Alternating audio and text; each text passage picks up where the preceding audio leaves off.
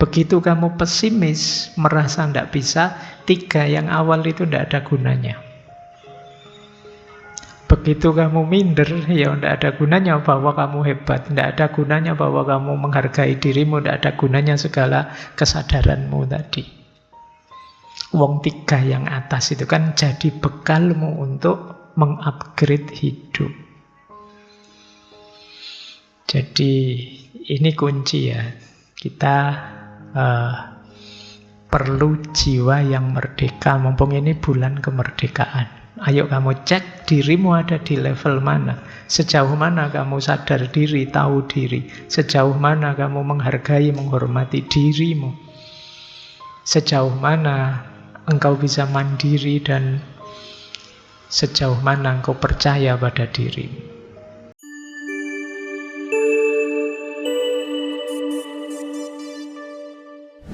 Assalamualaikum warahmatullahi wabarakatuh. Kita bertemu kembali malam hari ini dengan beliau Ibrahim Datuk Sultan Malaka, yang kita kenal dengan nama Tan Malaka. Dulu kita pernah membahas beliau, mungkin lebih fokus pada madilognya. Malam hari ini kita bahas di aspek gagasan beliau tentang merdeka 100%.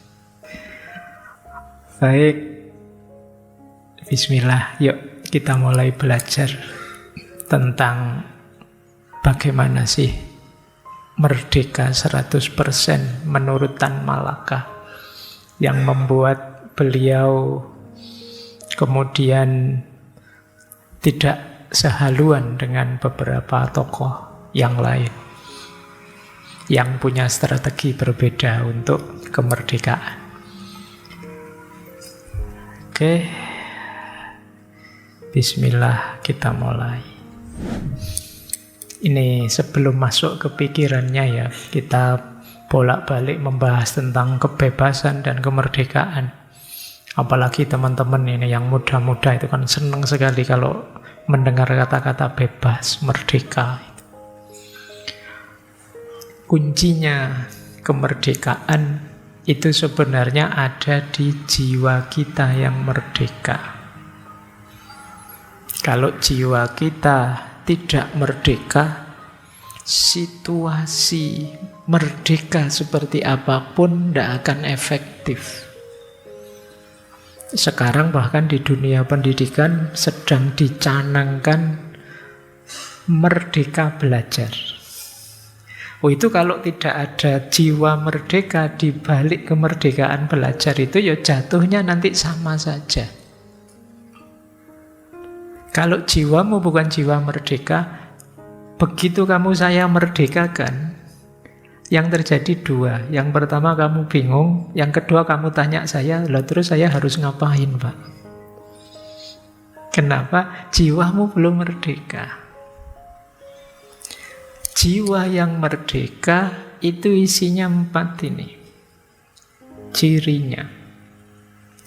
Yang pertama, self-awareness. Jiwa yang merdeka itu sadar tentang dirinya. Aku itu siapa? Ciriku bagaimana? Kesukaan, ketidaksukaanku apa? Bakatku apa? Aku tidak mampu apa? Itu kamu ngerti benar tentang dirimu. Aku ini ya mahasiswa. Kalau mahasiswa berarti aku dituntut ini itu, tidak boleh ini itu. Aku ini orang Indonesia, berarti aku hendaknya melakukan ini, jangan melakukan itu. Aku ini seorang Muslim, berarti aku harus melakukan ini, tidak melakukan itu. Itu namanya self-awareness. Jadi sadar diri, tahu diri. Ini sering saya jelaskan ya, istilah tahu diri ini di banyak momen. Ayo kita kenali diri kita, siapa aku baik dalam skala subjektif maupun skala objektif, bahkan dalam skala universal. Ya tidak mungkin kita merdeka kalau kita tidak tahu siapa kita. Orang bisa merdeka itu kan dia bisa melakukan sesuatu sesuai dengan kenyataan dirinya. Baik, yang pertama ya, jadi belajar itu penting. Khususnya belajar mengenali diri kita. Makanya minggu lalu kita belajar tentang Erich Fromm, tentang bagaimana sih banyak orang kok tidak sadar kebebasannya malah lari dari kebebasannya. Karena dia tidak kenal dirinya, sehingga tergantung pada orang lain. Yang kedua, jiwa yang merdeka adalah jiwa yang self-respect. Jiwa yang menghargai dirinya, menerima dirinya, meskipun dia tahu ada kekurangan-kekurangan, kelemahan-kelemahan. Ini namanya self-respect. Jadi yang tadi kalian pelajari, siapa aku, ciriku bagaimana, yang harus aku lakukan apa, yang jangan aku lakukan apa, itu terus kita hargai. Ya banyak kan hari ini orang yang tidak menghargai dirinya, tidak menghargai lingkungannya, tidak menghargai rumahnya, tidak menghargai bangsanya, tidak menghargai negaranya. Akan berat. Kenapa? Karena kalau minggu lalu ada istilah kita itu memerlukan keberakaran. Kita itu bisa berakar kalau kita self-respect, kita menghargai keberadaan kita, tempat di mana kita berada, situasi di mana kita hidup. Nah, sekarang mulai banyak narasi-narasi yang menurut saya nadanya pesimis. Nadanya mungkin karena kekecewaan, nadanya tidak percaya diri, merasa bahwa salah saya hidup di Indonesia ini, salah saya, itu banyak begitu. Dasar warga Konoha, warga Wakanda, itu kan kamu. Jadi iya, ada banyak masalah di kita, ada banyak problem, tapi tidak berarti kemudian kita tidak respect pada diri kita sendiri, juga lingkungan dan akar kita. Yaitu jadi amanat tugas kita bersama-sama untuk menyelesaikannya. Jadi itu yang kedua ya, hargai dirimu. Orang merdeka itu ya, dia akan menikmati keberadaan dirinya. Yang ketiga, self-reliance. Self-reliance itu mandiri. Dia bisa bersandar pada dirinya sendiri. Percuma kalian teriak-teriak merdeka-merdeka, tapi kalian punya banyak ketergantungan pada yang lain. Jadi mandirilah. Jadilah kalian, ya kalau memang ada urusan ketergantungan, kalian yang digantungilah. Jangan kalian yang gantung. Mandirilah, selesaikan masalahmu, selesaikan problemmu. Kamu bisa mengatasi segala yang harus kalian selesaikan sendiri. Semakin kamu mandiri, semakin kamu bisa merdeka. Tapi kalau jiwamu, jiwa ingin dilayani, jiwa ingin diberi, jiwa ingin diatur, ya berarti kalian tidak mandiri. Mandirilah. Itu cirinya merdeka. Dan yang terakhir tentu saja self-confidence. Percaya diri bahwa saya mampu, saya bisa. Mungkin perlu ikhtiar ini, usaha itu, upaya ini itu, sehingga saya bisa mandiri. Tapi pasti saya bisa kok. Begitu kamu pesimis, merasa tidak bisa, 3 yang awal itu tidak ada gunanya. Begitu kamu minder, ya tidak ada gunanya bahwa kamu hebat, tidak ada gunanya bahwa kamu menghargai dirimu, tidak ada gunanya segala kesadaranmu tadi. Wong 3 yang atas itu kan jadi bekalmu untuk mengupgrade hidup. Jadi ini kunci ya. Kita perlu jiwa yang merdeka. Mumpung ini bulan kemerdekaan, ayo kamu cek dirimu ada di level mana. Sejauh mana kamu sadar diri, tahu diri. Sejauh mana kamu menghargai, menghormati dirimu. Sejauh mana engkau bisa mandiri dan sejauh mana engkau percaya pada dirimu. Ini menentukan kemerdekaanmu. Nah, awalnya ini sekarang kita masuk ke beliau, Ibrahim Tan Malaka. Riwayat hidup saya skip ya. Yus pokoknya beliau kelahiran 1897. Meninggalnya 1949. Pahlawan nasional, tidak usah khawatir. Meskipun dinamika aktivisme beliau luar biasa. Jadi beliau ya awalnya sebenarnya ya guru karena beliau cinta ilmu. Waktu kecil di kampung ya pendidikannya paling pokok ya agama. Setelah itu beliau sekolah pendidikan guru, quick school. Kemudian ngajar. Kemudian kuliah di luar di Belanda. Kemudian pulang. Saat pulang itu beliau diberi gelar datuk sekaligus ditawari istri. Datuknya diterima tapi istrinya tidak. Jadi bayangkan kalian kuliah jauh-jauh ke Jogja, begitu pulang alhamdulillah kamu lulus nak, terus kasih gelar, terus nih kamu sekalian bapak carikan jodoh. Cuma beliau lebih milih untuk beraktivitas ngajar sebenarnya beliau awalnya. Sampai kemudian beliau ke Jakarta, kemudian ke Jogja, kemudian sudah melalang buana kemana-mana sesuai dengan aktivismenya. Keluar masuk partai SI, PKI, bikin sendiri Murba dan lain sebagainya. Dikagumi banyak orang, termasuk oleh Pak Karno. Bahkan ada yang bilang Pak Karno sempat berkata, nanti kalau saya jatuh, apa saya gugur dalam revolusi ini, yang ganti adalah Tan Malaka. Beliau disebut Bapak Republik Indonesia, karena orang pertama yang menyebut negara kita ini harus jadi republik. Beliau menulis satu tulisan yang judulnya Naar de Republik Indonesia, menuju Republik Indonesia. Beliau sangat dibenci oleh Belanda, makanya keluar masuk penjara.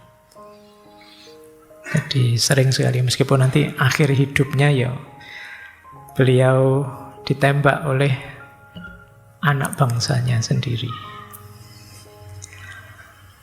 Baik, tadi janjinya tidak cerita biografi, malah cerita ya. Tidak apa-apa wis ya. Untuk merefresh saja bahwa kita punya banyak orang hebat juga, meskipun kadang-kadang kita lupakan. Mungkin ini semacam tokoh. Jadi kalau di pewayangan itu ada tokoh anak-anaknya Bima, namanya Ontorejo sama Ontoseno. Ini saktinya luar biasa. Saking saktinya, akhirnya waktu perang oleh Krishna malah dua orang ini harus disingkirkan. Terlalu sakti. Kalau ada dua orang ini cepat selesai perangnya. Makanya terus disingkirkan. Mungkin ada banyak tokoh yang ngalami nasib begitu. Karena terlalu sakti, maka dia harus dipinggirkan, disingkirkan. Dan itu saya bikin puisi, terus dinyanyikan sama Iwan Fals yang judulnya Ontorejo itu. Jadi memang ada beberapa tokoh yang nasibnya begitu. Dia harus tersingkir bukan karena apa-apa, karena dia terlalu hebat. Sehingga yang lain insecure. Baik, mungkin itu yang dialami oleh Tan Malaka ini. Meskipun ide-idenya luar biasa dan diakui, makanya beliau termasuk seorang pahlawan nasional. Yuk kita mulai ngajinya. Saya agak tertipu oleh jam terus jamnya mati. Makanya sejak tadi santai-santai masih lama gitu. Ya kita mulai.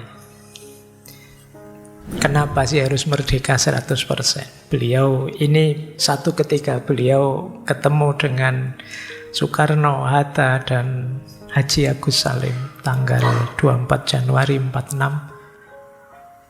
Kalimatnya beliau dahsyat, mengkritik mereka bertiga.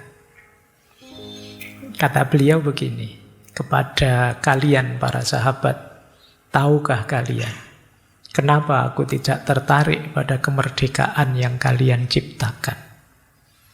Aku merasa bahwa kemerdekaan itu tidak kalian rancang untuk kemaslahatan bersama.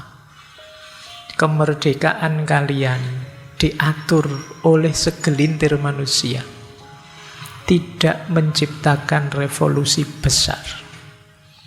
Hari ini aku datang padamu, wahai Soekarno sahabatku. Harus aku katakan bahwa kita belum merdeka. Karena merdeka haruslah 100%. Hari ini aku melihat bahwa kemerdekaan hanyalah milik kaum elit yang mendadak bahagia menjadi borjuis, sukacita menjadi amtenar, pegawai negeri. Kemerdekaan hanyalah milik kalian, bukan milik rakyat. Kita mengalami perjalanan yang salah tentang arti merdeka. Dan apabila kalian tidak segera memperbaikinya, maka sampai kapanpun bangsa ini tidak akan pernah merdeka. Hanya para pemimpinnya yang akan mengalami kemerdekaan, karena hanya mereka yang merdeka, adil dan makmur itu dirasakan. Dengarlah perlawananku ini, karena apabila kalian tetap bersikap seperti itu, maka inilah hari terakhir aku datang sebagai seorang sahabat dan saudara. Besok adalah hari di mana aku akan menjelma menjadi musuh kalian. Karena aku akan tetap berjuang untuk merdeka 100%. Ini berani ya di depan presiden. Cuma ya karena memang beliau aktivis pejuang yang tangguh, punya idealisme dan komitmen yang tinggi. Jadi beliau punya konsep yang ingin beliau perjuangkan. Baik, malam hari ini materi kita tentang merdeka 100% mungkin kita ambil banyak dari salah satu tulisan beliau yang beliau tulis setelah menyaksikan pertempuran di Surabaya. Yang itu menarik, tulisannya modelnya dialog. Jadi beliau bikin semacam drama yang di situ tokoh-tokohnya ada namanya si Kodam, ada namanya Denmas, ada namanya si Toke, pokoknya ada beberapa orang itu. Kalau si Kodam itu buruh, kalau yang Denmas ini bangsawan. Kemudian kalau yang si Toke ini ya pedagang. Toke biasanya kan Tionghoa. Kemudian ada lagi intelektual. Yang intelektual dikasih nama si apal. Intelektual kan biasanya apalan ilmunya. Jadi ini orang-orang ini berdialog. Ada satu lagi, petani.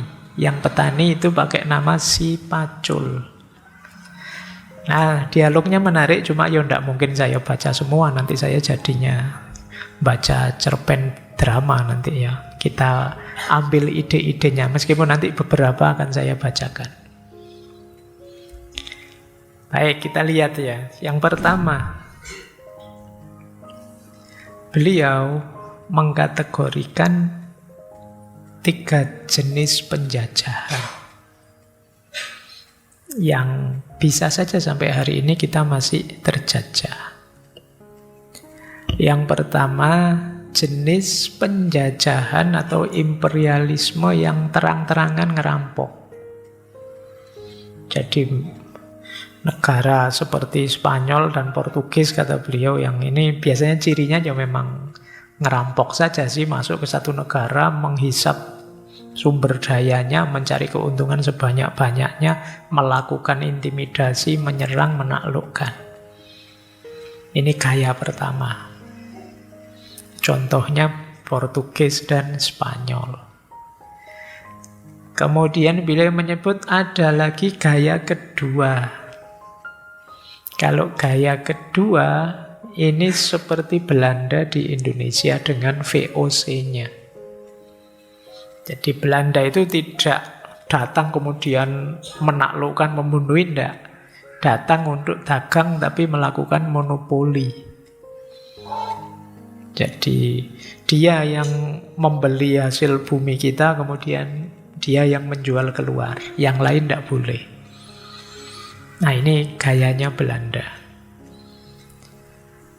Nanti ada gaya ketiga, kata Tan Malaka. Gaya ketiga itu mungkin agak kebalikannya VOC tadi. Istilahnya Tan Malaka setengah monopoli.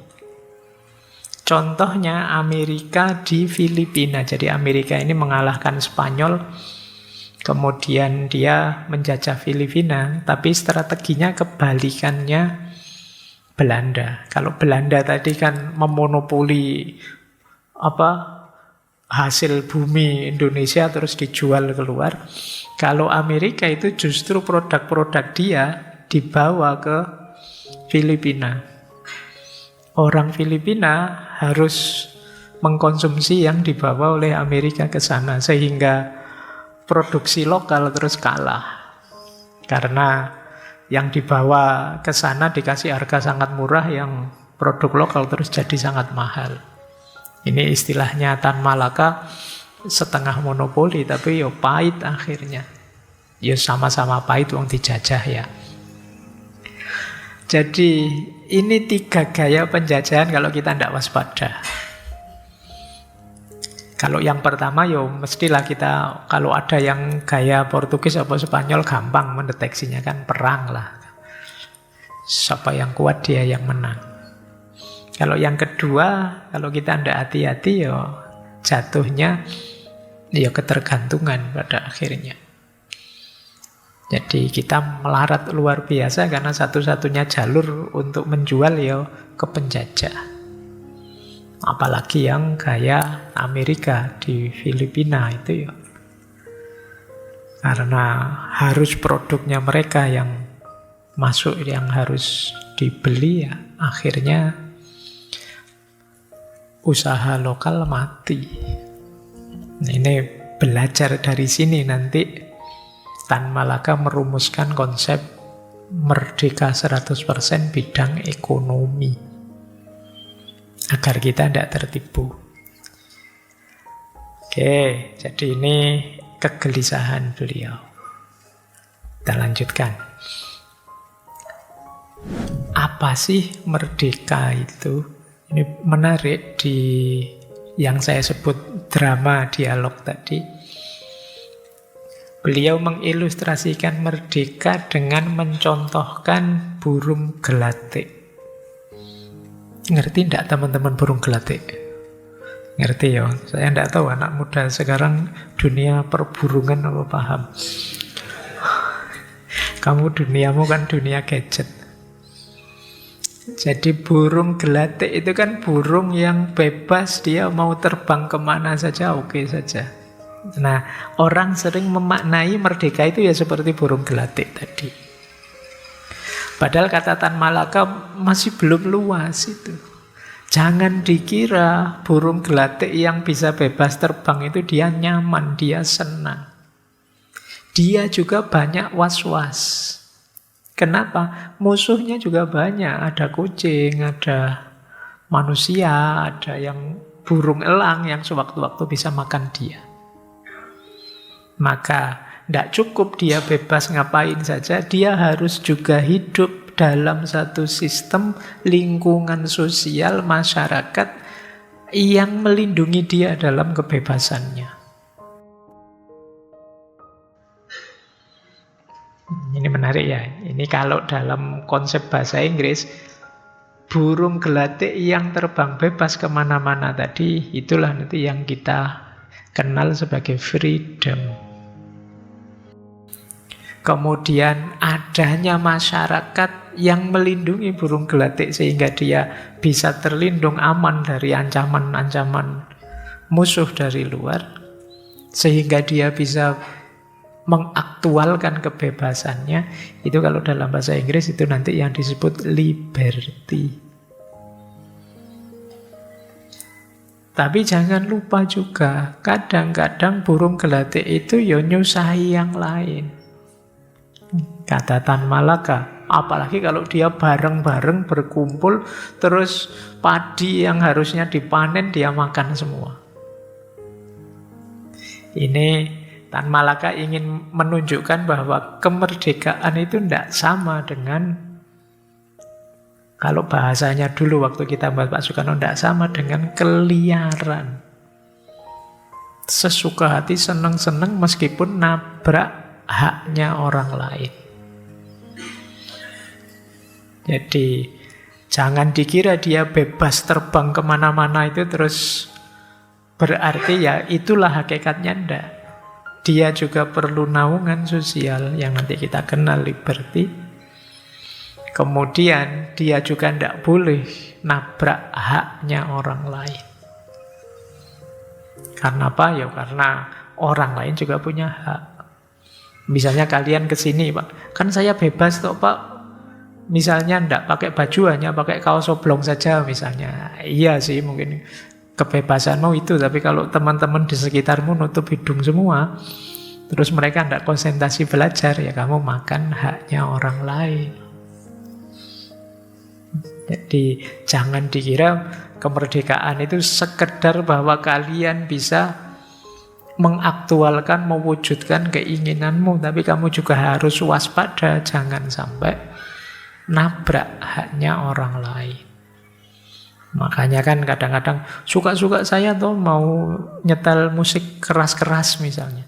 Wong yo alat-alat saya, telinga-telinga saya juga, kemudian kesukaan saya. Bahwa yang lain terganggu bukan urusan saya. Kalau tidak mau terganggu ya pergi saja. Kan kita sering pakai logika seperti ini.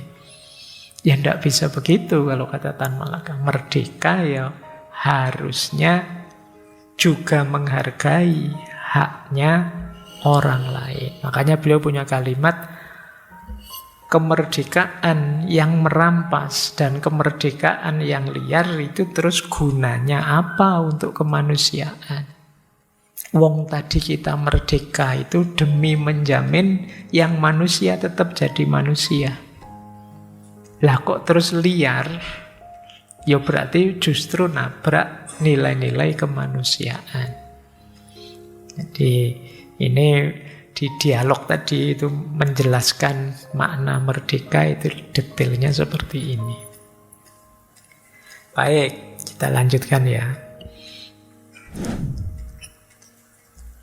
Makanya terus dilanjutkan. Loh kalau merdeka itu seperti itu, berarti merdeka itu juga berarti tidak boleh suka-suka kita sendiri, tidak peduli haknya atau keinginan orang lain.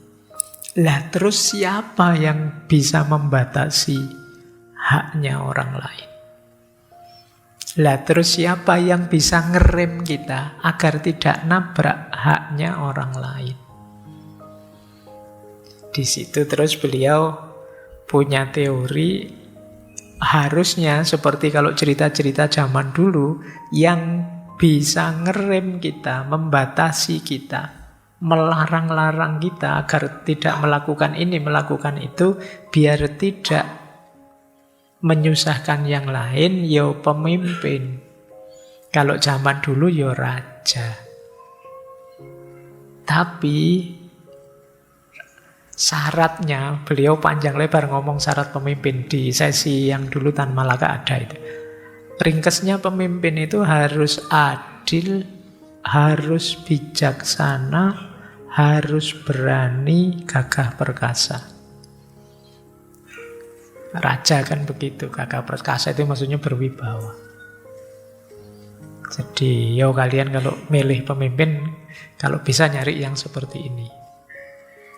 Jadi adil, bijaksana, berani, dan berwibawa. Kalau ada. Ya, yo kan yo mesti kalau ada. Karena yo ndak gampang nyari orang dengan kualifikasi seperti ini. Lah kalau ndak ada, kan itu makanya beliau terus tanya, lah kalau ndak ada yang seperti itu, sebenarnya belakangan kemudian orang sadar, ya memang kalau diletakkan beban untuk menata, untuk ngerem, untuk ngatur orang hanya pada satu orang, ya berat. Ndak gampang lah, kalau orangnya ini yang langgar, yang hukum sopo terusan. Akhirnya terus, oh kalau begitu yang ngatur harusnya jangan orang. Ya sudah, kita bikin aturan, kita bikin undang-undang yang ngatur kita semua. Dialah yang punya kuasa tertinggi. Itulah hari ini yang kita sebut konstitusi. Loh, lah terus siapa yang bikin konstitusi? Karena dia yang menguasai kita semua kan tentunya siapa kemudian yang bikin? Ya tentu saja nanti jawabannya Tan Malaka di dialognya tadi ya rakyat atau yang mewakilinya. Kenapa harus ada wakil? Ya karena jumlahnya sangat banyak. Nah kalau semuanya ikut andil tidak pakai sistem perwakilan apa ya mungkin? Nah ini saat itu. Oke ya, jadi ini makna merdeka. Merdeka itu tadi diawali dari kebebasan yang jenisnya freedom, kemudian dilengkapi dengan liberty, kemudian dilanjutkan dengan penghargaan kita pada haknya orang lain untuk tidak dilanggar. Berarti perlu yang mengatur. Kalau ada sih bisa diatur orang yang sangat hebat, yang adil, yang bijaksana, yang perkasa, yang berani. Kalau tidak ada, ya aturan itulah yang punya kuasa untuk ngatur kita. Siapa yang bikin aturan? Kita semua. Karena kita semua terlalu banyak, ya melalui perwakilan. Makanya hakikatnya yang punya kuasa itu kita semua. Ya tentu saja melalui perwakilan. Ini sebenarnya kalian sudah paham lah. Ini sebenarnya teori politik yang sangat basic. Kita lanjutkan. Nah, kemudian di dialog itu juga diuraikan tentang apa sih isinya kemerdekaan itu. Tadi kita bilang saya freedom Pak, saya liberty Pak. Intinya kemerdekaan itu kedaulatan. Isinya kedaulatan itu ya kekuasaan kita atas diri kita. Bentuknya kekuasaan kita atas diri kita itu dua. Hak lahir dan hak batin. Jadi kalau sudah ada dua ini, berarti kita memang sudah sejati merdekanya. Jadi merdeka itu isinya kedaulatan, kedaulatan itu isinya kekuasaan, dan kekuasaan itu berarti jaminan terhadap hak lahir dan hak batin. Hak lahir itu hak atas keperluan hidup, makan, minum, pakaian, perumahan, gaji, dan lain sebagainya. Itu hak lahir. Jadi ya, negara yang baik harus memenuhi hak lahir ini. Juga hak batin. Hak batin itu hak bicara, hak berdiskusi, hak berkumpul, hak jaminan pada harta, dan lain sebagainya. Hak batin itu yang kata Tan Malaka ya, kita sering menyebutnya sebagai HAM. Hak asasi manusia. Oke ya, jadi Kemerdekaan itu isinya adalah kedaulatan. Kedaulatan isinya kekuasaan. Kekuasaan itu isinya adalah jaminan terhadap hak lahir dan hak batin.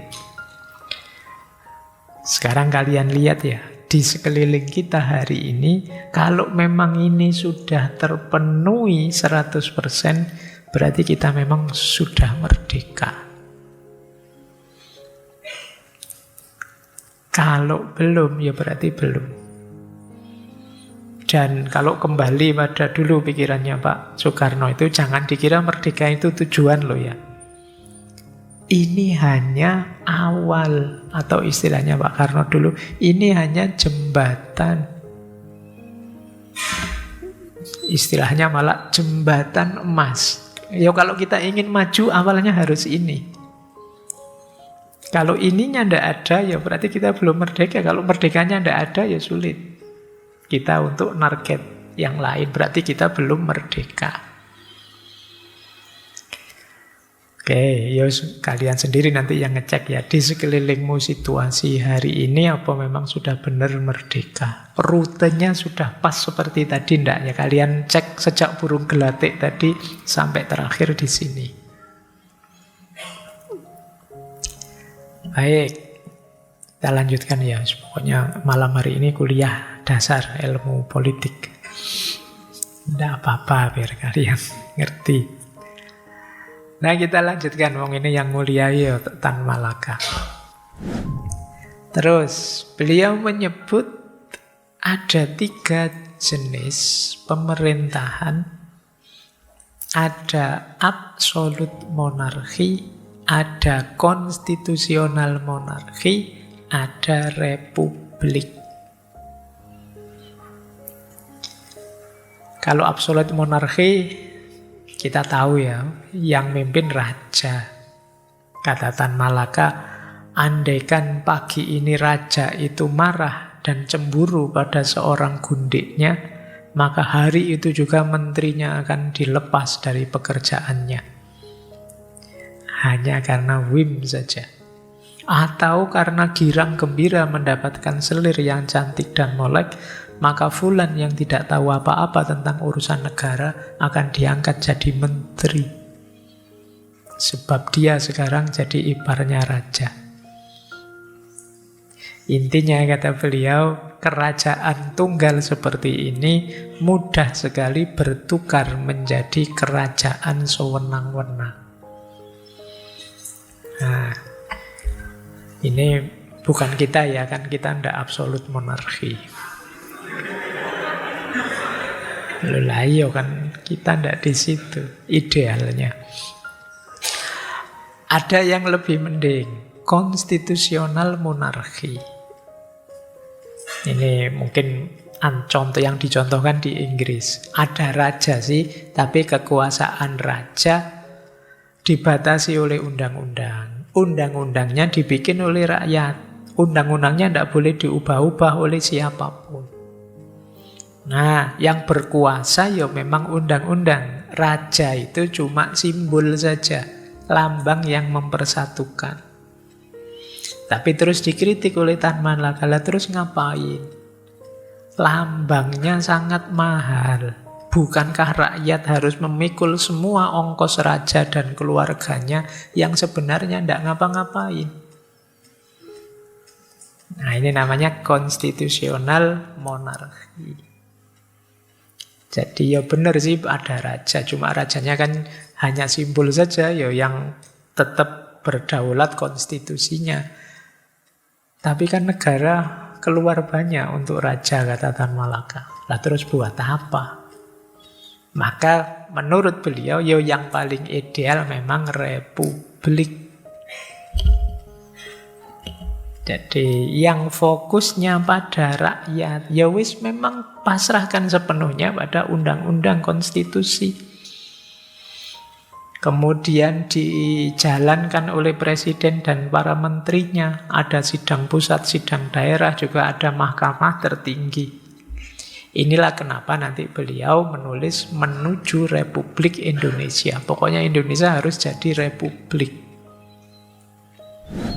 Meskipun ya beliau menyebut meskipun sudah republik ya kadang-kadang ya ada macam-macam juga. Beliau menyebut ada republik aristokrat, ada republik plutokratis, ada republik demokratis. Kalau republik aristokrat, ya sih istilahnya republik, tapi yang berkuasa ya itu saja, kelompok ningrat yang itu saja. Itu beliau mencontohkan seperti Republik Sparta di Yunani dulu. Jadi ya memang sistemnya republik, tapi hanya bangsawan-bangsawan tertentu saja yang bisa berkuasa. Nanti ada plutokratis. Kalau yang plutokratis itu hanya yang punya duit saja yang berkuasa. Hartawan yang bisa berkuasa. Jadi kalau yang pertama yang darah biru, yang ningrat, yang kedua yang punya uang. Yang ketiga yang demokratis. Ini yang sejati. Yaitu mirip dulu pernah kita belajar Pak Hatta juga, beliau punya konsep ada bangsawan cap ningrat, ada bangsawan cap intelek, ada bangsawan cap rakyat. Jadi kebangsaan cap ningrat itu ya orang-orang yang merasa lebih bahwa saya darah biru loh, saya bangsawan loh, saya orang penting loh. Ini bangsawan cap ningrat. Jadi kebangsaan yang cap ningrat. Ada kebangsaan yang cap intelek. Kebangsaan cap intelek itu yo orang-orang pinter, para ahli yang merasa bahwa yo saya lebih pinter dari yang lain, harusnya saya yang ngatur. Yang lain dengerin saja, ini loh yang paling benar yang dari saya. Ini namanya kebangsaan cap intelek. Orang pinter yang minta dilayani. Nanti ada kebangsaan cap rakyat. Nah, yo macam-macam ternyata ya, sama-sama republiknya kebangsaannya macam-macam. Oke, kalau kalian kira-kira ada di mana? Yo, rakyat ya, meskipun suaramu tidak pernah didengar. Apa kamu pernah bersuara? Oke, jadi ini republik ya. Republik ya macam-macam, jenis pemerintahan macam-macam. Yang penting pada intinya kata Tan Malaka, menurut dasar republik harusnya kedaulatan di tangan rakyat pada undang-undang yang dibikin oleh wakil rakyat. Kalau satu tindakan menimbulkan kesangsian atas benar atau tidaknya tindakan itu, ya mahkamah tertinggi bisa membandingkan tindakan itu dengan undang-undang dasar. Seandainya sesuatu macam pajak yang dibentuk oleh DPR menimbulkan kesangsian itu, maka Mahkamah Agung boleh memutuskan cocok atau berlawanan tidak sih tindakan itu dengan undang-undang dasar.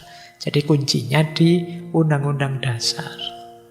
Dialah yang harusnya jadi pedoman berdaulat untuk kita semua.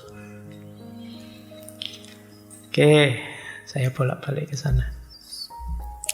Sekarang kita lanjutkan ya pemaknaan terhadap merdeka. Ini yang saya sebut tadi dialog. Kita dengarkan gaya beliau menulis drama, meskipun mungkin teman-teman harus baca lebih utuh. Jadi di tulisan itu beliau menjelaskan tadi tentang batas kemerdekaan. Ini dialog antara si tokek itu berarti yang pedagang tadi. Kemudian ada si godam itu yang buruh. Kemudian ada si pacul, yang pacul itu petani. Ini masih belum ada si apal. Kalau yang si apal nanti yang intelektual. Jadi ini dialognya begini, diawali dari pedagang, si tokek yang tanya, apa sih yang dimaksud merdeka 100% itu? Buat saya, merdeka itu ya merdeka, tidak ada batasnya. Dijawab oleh si Kodam, merdeka itu selalu ada batasnya. Batasnya itu pertama menghadap ke dalam dan kedua menghadap keluar. Apa artinya? Tanya si tokek, si Kodam jawab, terhadap ke dalam. Bukankah tiap-tiap orang dalam negara merdeka itu mesti menghargai kemerdekaan tiap warga yang lain? Jadi tidak boleh kita berbuat sekehendak hati saja terhadap warga sejawat.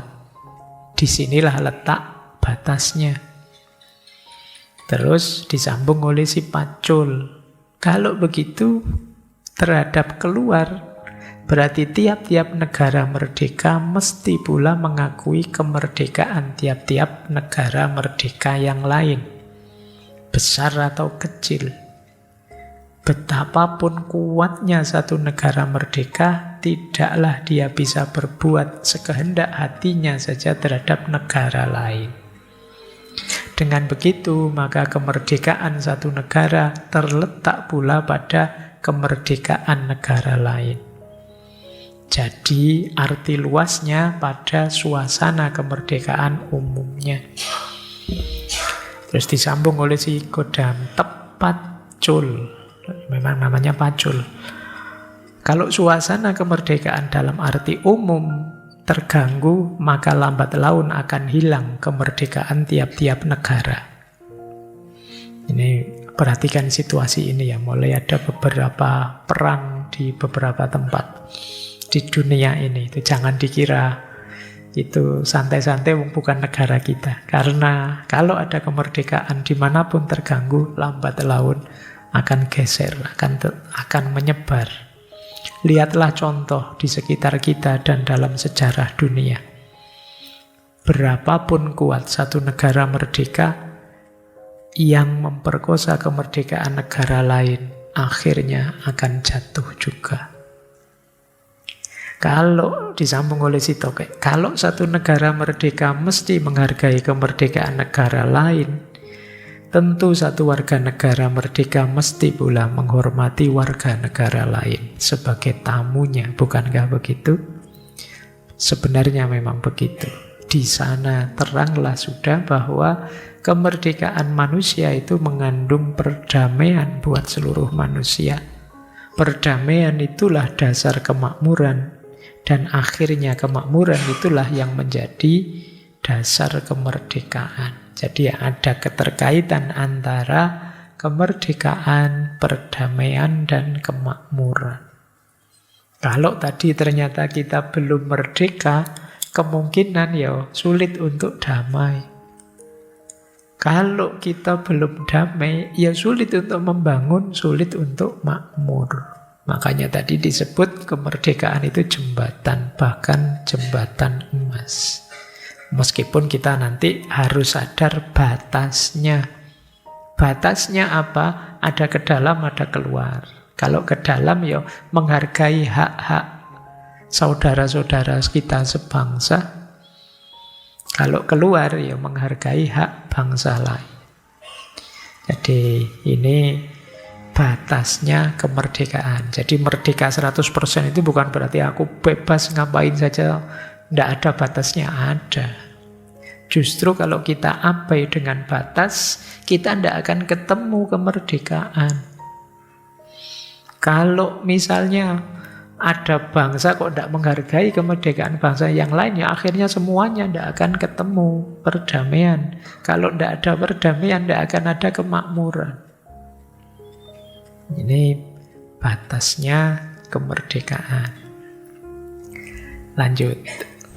Nah ini menarik, beliau banyak bahas aspek ekonomi tentang investasi dan modal asing. Tidak boleh baper ya bacanya. Ya. Ini lagi-lagi tadi si Pacul, si Tokek, si Kodam dialog tentang modal asing. Ini agak saya potong karena tulisannya panjang. Kata si Pacul begini, berarti kapital asing itu modal asing itu, kalau ditanam begitu saja di satu negara merdeka, bisa mengacaukan politik negara merdeka itu. Bisa mengadu domba sebagian penduduk terhadap bagian lain dari penduduk negara itu juga. Terus ditanya oleh si Tokek yang pedagang tadi, berarti kita tidak perlu kapital asing. Bukankah Indonesia ini tidak cukup mempunyai mesin dan uang untuk mengganti mesin yang sudah rusak dalam peperangan sekarang dan untuk menambah mesin yang baru? Dijawab oleh si Godam, sebenarnya lah kita membutuhkan mesin. Bahkan kita juga perlu beberapa ahli. Malah kita juga perlu berlipat ganda mesin dan para ahli asing untuk mendirikan perindustrian baru dan memperbaiki yang lama. Kita perlu berapa puluh lokomotif, mesin kapal, kapal terbang, dan lain sebagainya. Lebih dari itu, tidak saja mesin yang sedia buat dipakai yang kita perlukan, tapi juga mesin yang bisa membuat mesin. Biar kita tidak tergantung. Kita perlukan mesin yang akan membuat mesinnya auto, membuat lokomotif, membuat mesin kapal air dan udara, membuat meriam, tank, bom, dan lain sebagainya. Pendeknya mesin induk. Berhubung dengan itu, kita perlukan pula ahli yang kita belum punya. Terus si Tokek ini jawab, bingung saya mendengarnya.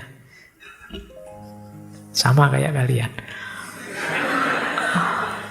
Tetapi di samping itu bukan main girang hatiku melamunkan bahwa Indonesia akan punya mesin induk sendiri, punya industri berat sendiri. Tapi dari mana uangnya? Terus si Godam jawab, uang tidak perlu. Yang perlu adalah merdeka 100%. Sekali lagi, uang sebagai kapital asing kita tidak perlu. Malah membahayakan dan tidak membawa Indonesia ke arah yang kita tuju. Si Tokek jawab lagi, wah sekarang saya tambah bingung lagi. Membahayakan bagaimana? Tidak membawa kita ke tempat tujuan yang bagaimana? Dilanjutkan oleh si Tokek. Kau bilang tak baik kalau kita menerima modal asing. Oke, kita perlu industri berat. Tapi uang dari mana kita ambil? Para ahli kemana kita cari di antara bangsa kita sendiri? Dijawab oleh si Godam begini, uang bukankah minyak tanah kita, arang kita, timah kita, aluminium kita, intan emas kita, perak mutiara kita, semuanya uang. Engkau ini seorang Tokek. Apakah kertas yang kau lipat-lipat yang dicetak oleh Jepang sampai 40 miliar dalam 3 tahun itu uang? Bukankah beras, intan berlian, dan mesin yang diangkutnya ke Tokyo dulu itu yang sebenarnya uang? Kertas itu kan cuma wakil dari barang. Kertas itu sendirinya hampir tidak ada harganya. Belum lagi ku sebut barang yang berharga seperti teh, kopi, kina, kelapa, gula, getah, dan banyak lagi yang tidak dipunyai negara lain dan amat dibutuhkan negara lain. Si Pacul jawab, aku tahu maksudmu Dam. Semua hasil dari dalam dan atas tanah Indonesia ditambah pula dengan hasil lautnya yang kaya raya itu akan kau kirimkan ke luar negeri untuk ditukarkan dengan mesin dan para ahli, dan kalau perlu tentu juga uang asing. Tepat, Jul. Para ahli itu tidak hanya dari Amerika atau Inggris saja, tapi juga Swiss, Jerman. Mereka akan ingin bekerja sama dengan Republik Indonesia merdeka. Bukan seperti tuan besar, tetapi sebagai pegawai kita yang menerima perintah. Kalian dengarkan saja ini dialognya. Nah, terus ditanya lagi oleh si Tokek, tapi Kalau engkau membuat industri baru seperti tambang besi, pabrik besi baja, dan mesin industri mudah, barangkali akan layu dan mati. Kalau kelak disaingi oleh barang besi baja dan mesin dari Eropa dan Amerika, mereka modalnya besar, tahan, bersaing, mereka berpengalaman, barangnya murah dan juga baik. Gimana kita mau saingan? Kita masih baru mulai, mereka sudah maju. Jawabnya si Godam apa? Itulah dia, kayak itu tokek ya. Bayi manusia walaupun tegap kokoh mesti dilindungi dahulu dalam beberapa tempo. Begitupun tumbuhan dan hewan. Itu sudah hukum alam. Pun dalam ekonomi, undang-undang itu berlaku. Dalam ilmu ekonomi namanya itulah perlindungan industri bayi. Protection on Infant Industry. Amerika sendiri masih punya cabang industri yang dilindungi. Bagaimana cara melindungi bayi kita itu? Kata si Godam, mesin atau barang yang sedang kita bikin itu mesti kita batasi masuknya dari luar negeri, atau kalau perlu dilarang sama sekali masuknya. Maksudnya jangan mengimpor barang yang sama kalau kita bisa memproduksi sendiri meskipun masih di tahap awal, masih latihan, masih bayi. Tentu pada permulaan kita belum bisa membuat semua mesin atau baja yang kita butuhkan. Jadi barang ini masih perlu dimasukkan dari luar, tetapi dibatasi banyaknya. Hanya untuk menambah yang masih kurang saja. Supaya yang perlu dimasukkan jangan jadi saingan untuk industri bayi kita. Maka mesin atau besi yang masuk itu mesti dipajaki sampai tidak bisa merusakkan kemajuan industri kita. Kalau memang perlu, dilarang sama sekali masuknya. Ini nanti silahkan kalian bahas sendiri yang pinter ekonomi.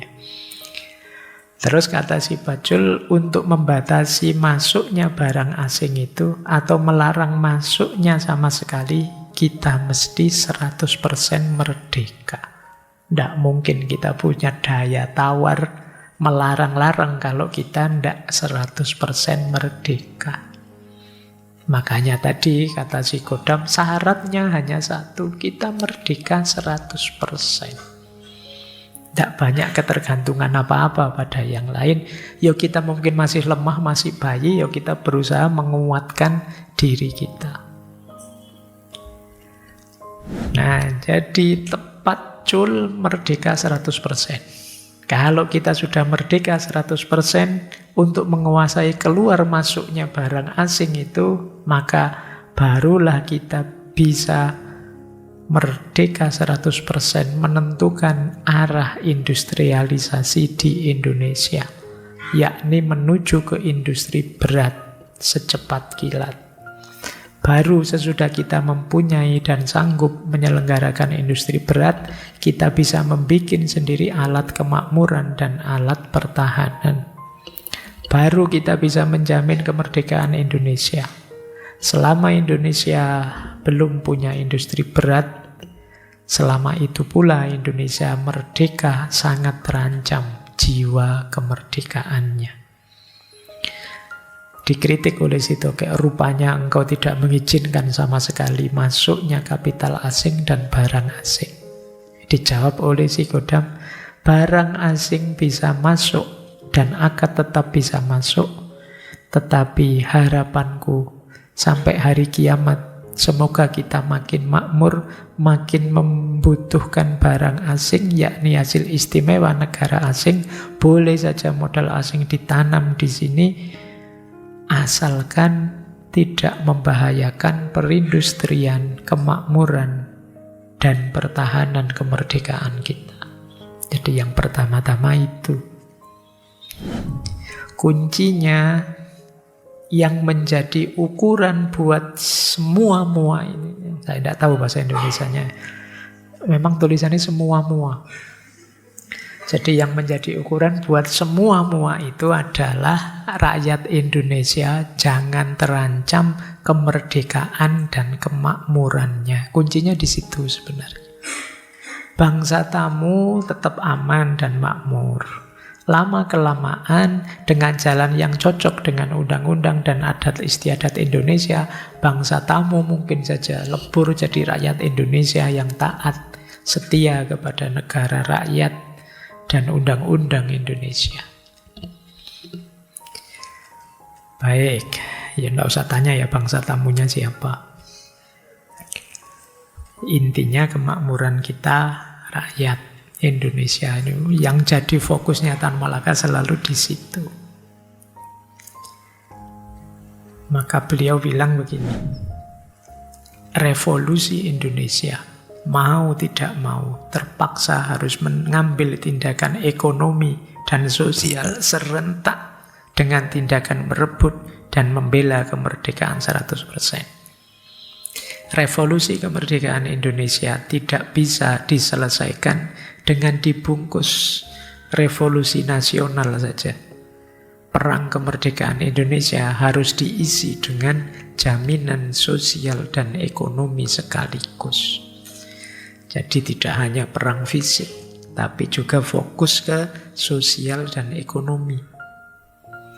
Tetapi jika pemerintah Indonesia kembali dipegang oleh kaki tangan kapitalis asing, walaupun bangsa Indonesia sendiri kaki tangannya tadi, dan 100% perusahaan modern berada di tangan kapitalis asing, seperti di zaman Hindia Belanda, maka revolusi nasional itu berarti membatalkan proklamasi dan kemerdekaan nasional dan mengembalikan kapitalisme dan imperialisme internasional. Jadi kalau kita masih sangat tergantung dari luar, ya sebenarnya penjajahan kembali lagi. Meskipun mungkin tidak seperti zaman dulu. Dan ini berarti membatalkan amanat proklamasi dan kemerdekaan nasional. Padahal pada tanggal 17 Agustus 1945 rakyat Indonesia sudah menetapkan hendak merdeka dan memutuskan semua macam belenggu yang diikat oleh bangsa asing kepadanya. Inilah sebenarnya merdeka 100%.